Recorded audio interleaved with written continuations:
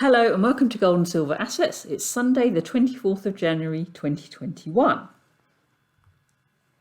Now and then we hear stories of someone who went all in on a particular investment and made handsome profits.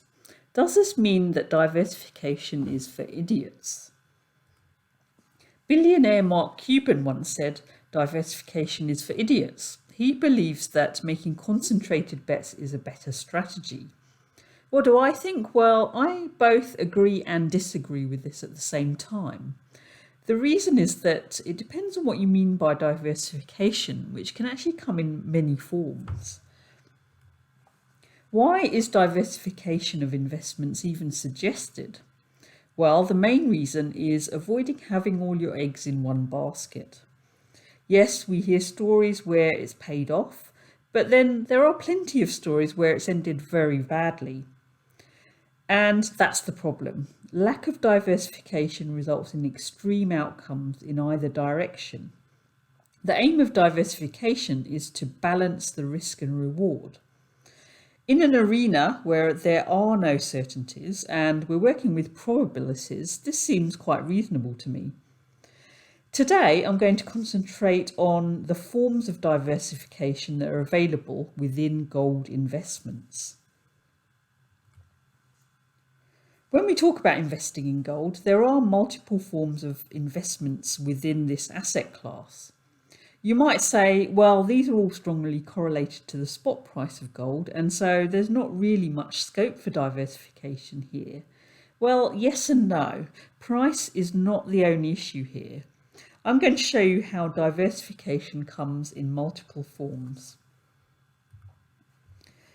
Not all investments have the same level of risk. Within the gold space, physical bullion has the lowest risk, while mining stocks and futures contracts carry higher risks, but they also have a greater potential for rewards. Those looking for highest potential returns will be looking for leveraged investments, which again can come in diverse forms. And I've discussed each of these in a lot more detail in my video on leverage, so take a look at that if you haven't done so. Different forms of investment within the gold space may also be associated with differences in taxation and fees. And this doesn't necessarily mean you should put all of your allocation in something with the lowest taxes, for instance, because of course those rules can change at any time. Paper and physical products are also a form of diversification. Both are associated with their risks. The obvious risk with physical bullion is theft, either by individuals or by the government in the form of confiscation. When buying physical bullion, it's also possible to get ripped off with fake gold-plated tungsten coins or bars. Paper gold investment products also carry similar risks. As we discussed a couple of weeks ago, broker or custodian bankruptcy might be an issue. Some products might be susceptible to hacking. Some products might be confiscated by the government. Fakery can also be a problem. For example, there have been fake gold mines such as the Briex scandal. Or perhaps there are fake ETFs that don't hold the gold that they say they do. Diversification may also be achieved in terms of location of investment. Physical bullion might be kept partly in the home to be readily at hand in an emergency, but some may be kept in a professional non-bank vault. For those investing in larger amounts, they may diversify by using multiple vaults within a city, or they may have multiple vaults across multiple cities.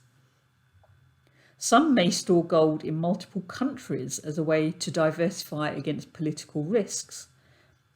Owning mining stocks in mines in different locations around the world also provides diversity if you're concerned about mine nationalisation risk. Physical gold comes in a variety of forms. You can get coins, which are preferred for its liquidity. Numismatic coins can be used to diversify against confiscation risk. The big bars tend to be purchased by investors to minimise premiums. And jewellery can be freely transported across borders, whereas coins and bars tend to attract attention and loads of form filling at the airport and potential taxation. So some people therefore allocate some of their investments into gold bullion jewellery. There's also diversity within gold mining stock investments in terms of risk profile. So the major gold producers tend to carry a lower risk than the explorers. Your investments within the gold space can also be diversified in terms of time horizons. You might apportion part of your investment into physical gold to hold for life and pass on to the next generation. Part of it might be in a retirement fund for you to access in a decade or two. You might hold some mining stocks for a couple of years, and the leverage part of your portfolio would probably only be held for short periods. As you can see, investment diversification comes in many different forms, and here I have discussed diversification just within gold as an asset class. But this kind of thinking can be extrapolated to other asset classes and indeed to your whole portfolio. The thing about investing that is often misunderstood is that there's no one size fits all answer. People will naturally differ in terms of their beliefs and risk tolerances, and those have to be taken into account when determining the level of diversification that's going to be right for you, as well as the type of diversification. Placing high concentration bets might be right for the likes of Mark Cuban, but there are probably lots of factors at play there that won't necessarily apply to an average retail investor. For example, I'm pretty sure that if there was a big loss in a particular concentrated bet, that's not going to affect his lifestyle, as he'd likely have sized his investment appropriately. He's also likely to be much more well informed about a particular investment than an average retail investor, and that could make a significant difference as well. But overall, no, I don't think diversification is for idiots. It's for people who want to manage their risk in a way that suits their individual situation. Next up, the market update. Let's start with gold priced in US dollars on the daily scale, and not a particularly eventful week last week. We did have a drop in price that we were talking about last week, and it just dipped into that support area over here, but it bounced straight back up out of that. It doesn't seem to like spending much time here, which is great if we're bullish. So yeah, price bounced up, but it wasn't a hugely strong bounce, and it hit resistance here at just below 1880, and that's because of all this price action over here. And so we need to really see it go above that to have some hope of getting towards this upper trend line over here. As you note, I've redrawn the trend line. So in this week's show, I actually got rid of my previous trend lines, and I like to do that now and then. Look at things, like a blank slate, so that we're not perpetuating previous kind of views and biases, I guess. So this is me looking at things with fresh eyes. And yeah, I still think this is a correction in a bull market. I'm not worried about things getting overly bearish at this stage, but obviously if something does occur that does change my mind, I am willing to change my mind. But at the moment, look, I still think this area is still pretty strong support. If we do dip below that, then I would anticipate it would be a very brief dip and then a bounce up. But I'm not so sure that we're going to go below that. But look, who knows? It could happen. I'm keeping open to that. And if it does, then we're looking at around 1750 to around 1720 before a potential bounce up. I think below that, we're going to have to go back to the drawing board there. But look, as I said last week, I'm still feeling very positive about the gold price. And that's one of the things that gold does. You'll note that this correction has been going on since August. And so this has been a very long and frustrating time for people. All these big ups and downs like this. And effectively, it's just moved sideways, really, over that time. And what precious metals tend to do is wait till people get very, very frustrated. A lot of them throw in the towel, and that's when you get the big move up. On the bigger timescales, we saw that with silver as it was bottoming. You got some really strong emotions there where people were just totally fed up of it, and then it just doubled in price in very short time. So yeah, we just got to watch for these things, and I think that's what gold is doing at the moment. So look, I don't know. It's one of those places here where we're in the middle of the channel, and so it could make a move in either direction. But as I said, I think if it does move down, it's going to be likely the last move down, and that's after that we're probably going to get the move upwards. That's what I'm thinking. So we still don't know whether this was the end of the correction there, the bottom. We just have to let price tell us. Let's move on to silver priced in US dollars on the daily scale. And silver's done a lot better in that, the price hasn't been drifting in that downwards direction quite as much. In fact, here we made a higher high and a higher low, which we didn't quite manage with gold. And we're talking about this triangle, and we think this was a breakout from the triangle, and price went up, but this is a resistance zone that we're going to have to watch. And so price got rejected in that resistance zone, came back, and we're talking about a possible retest of the slope of this triangle. Now, interestingly, if we join these lows up, it's kind of parallel to that slope, isn't it? I find the geometry of these things really fascinating, considering that these price movements are created by humans. Anyway, so the question is, what's happened here is, obviously we got rejected within this resistance zone. Price last week bounced back up, but again it hit resistance here, and these lines we've had for quite some months now. So it got rejected from there. Are we going to get another dip down? Well, if we do, then again we could go back to the 24 level before moving up. Potentially it could go to 23, but I'm actually thinking that's less and less likely now. These are quite long wicks here, and this seems to be a good area of support around the 24 area. And so if we get a dip down, it might not go as low as that before making its move upwards. I'm still bullish on this, and I do indeed think that this is going to bounce upwards, but it's not going to be plain sailing when we do move upwards. We have to negotiate this area here between $26 and $28. Let's move on to the gold miners. So this is the GDX on the daily scale, and this has been going on for a long time as well, as with gold, and it's getting a bit boring now, isn't it? But anyway, we just have to sit through it.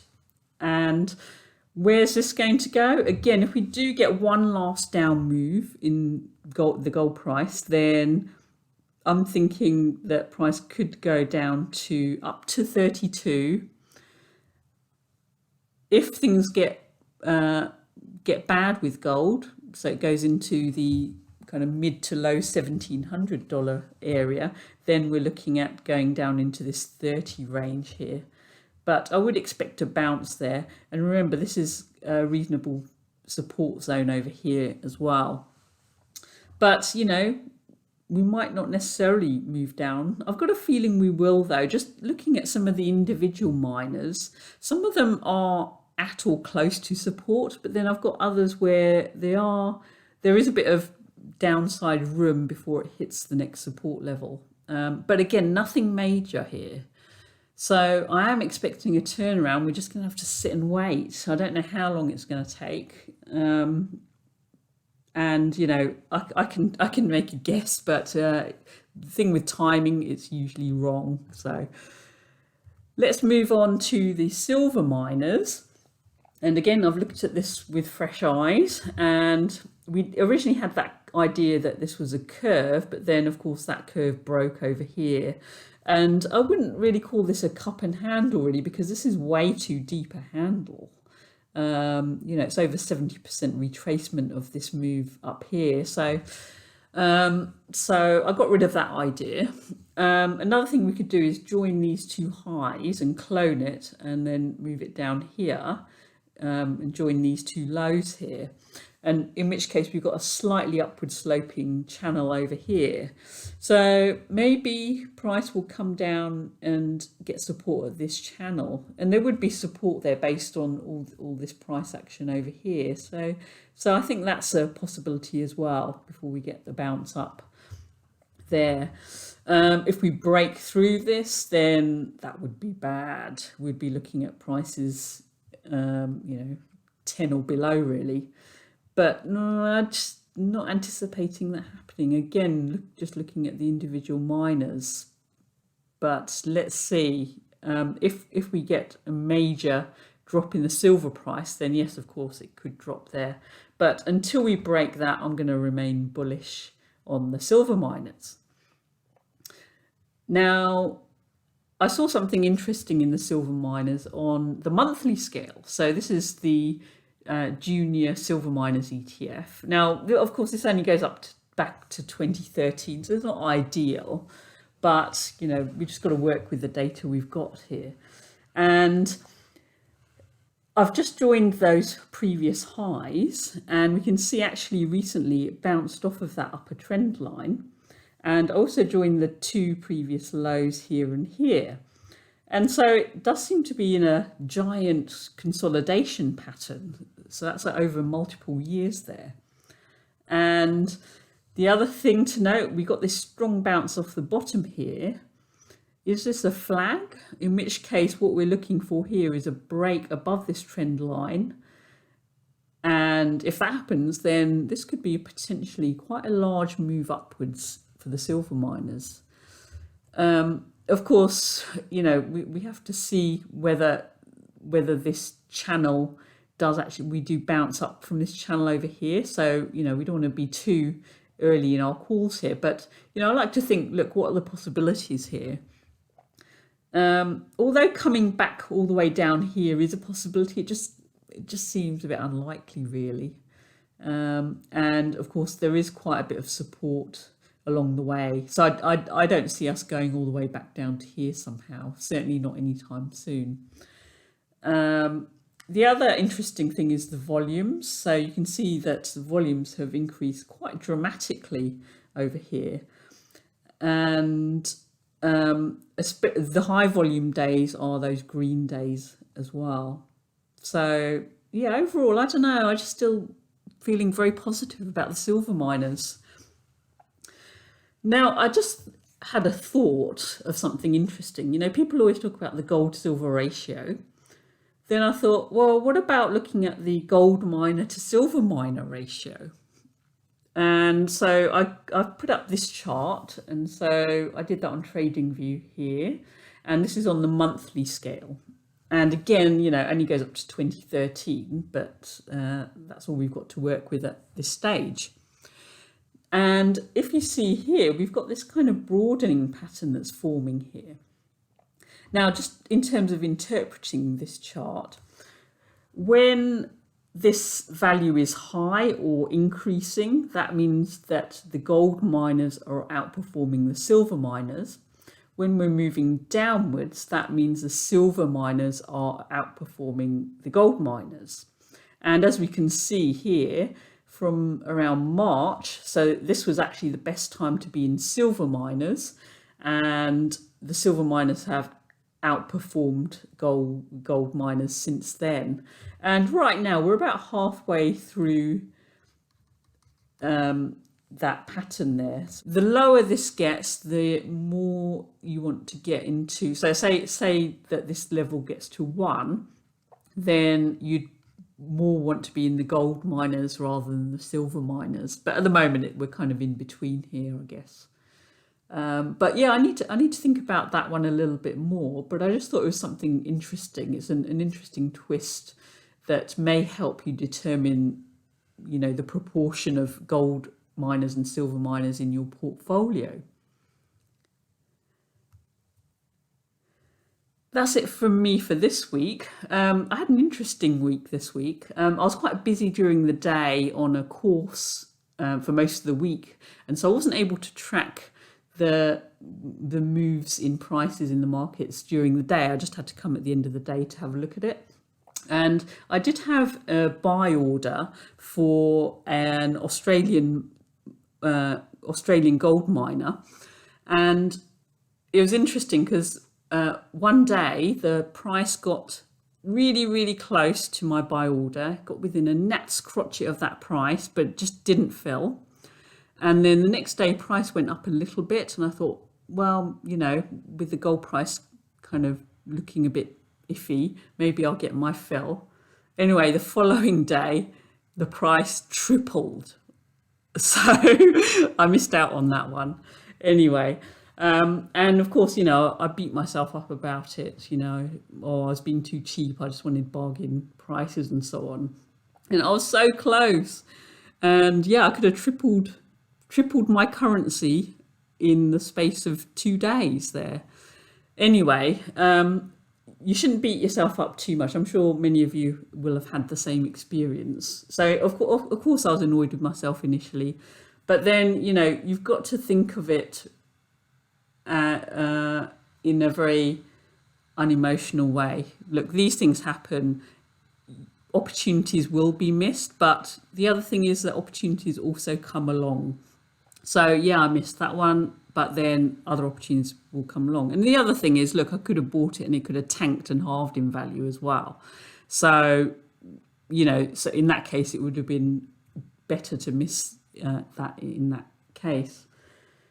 But yeah, the psychology of all this is very interesting. But anyway, I've in the words of Elsa, I've let it go and moved on. So what you have to do when those things happen is think, look, let's go back to the drawing board. What am I going to put that capital to work with? How am I going to allocate that in the future? Anyway, that's all for this week. We'll see you next week. Bye.